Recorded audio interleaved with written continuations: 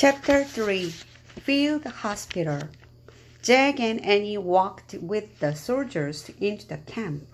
Outside one tent was a long line of men in torn blue uniforms.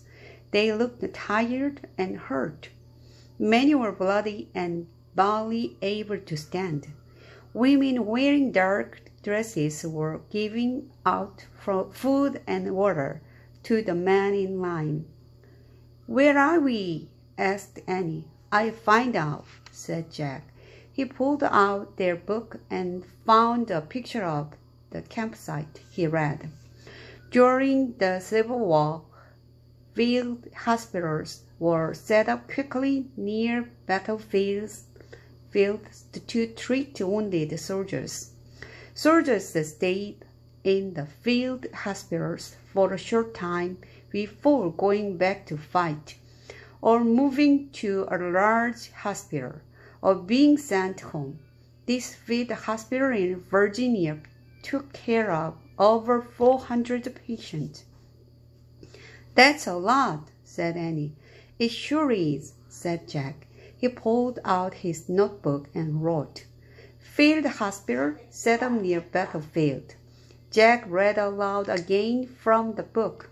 "More than 3,000 women helped out as nurses during the Civil War.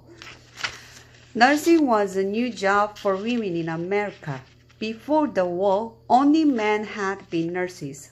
"Wow," said Annie. "Maybe we can be nurses." "Forget it," said Jack. "Kids can't be nurses." Jack wanted to find the special rating for Morgan and go home. The sad scene at the field hospital was making him feel sick. "I just asked," said Annie. She handed over to a nurse cooking over a campfire. "Annie, we've got a mission," Jack called, but Annie kept going. Jack heaved a sigh. He tucked his notebook and the Civil War book under his arm and followed her.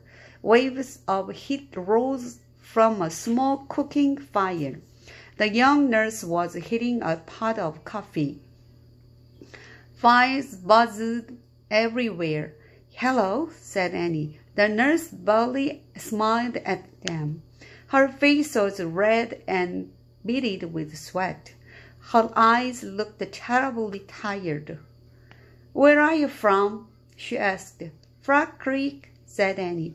"We'd like to volunteer as nurses." The young woman didn't seem at all surprised. "We could certainly use some help," she said, sighing. "Some of us have not slept for days." "Why not?" asked Jack. "The wounded are coming here from a battle near Richmond," said the nurse. "More and more keep coming. It never seems to end." "Just tell us what to do," said Annie. "While we feed the new patients, you can go to the first 2 tents," the young nurse said, "and give the other soldiers their noon meal." She pointed to a basket filled with bread and potatoes. Next to it was a ladle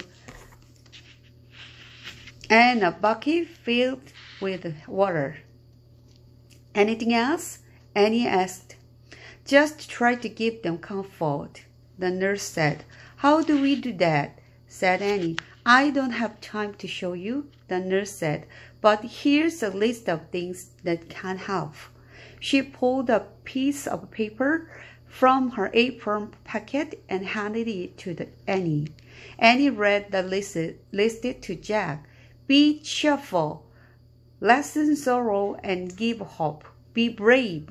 Put aside your own feelings. Don't give up." "Follow the list," said the nurse, "and you can't go wrong." The nurse took the pot of coffee from the fire and carried it to the line of men. "Follow," said Jack. "Follow the list." "That's what she said," said Annie.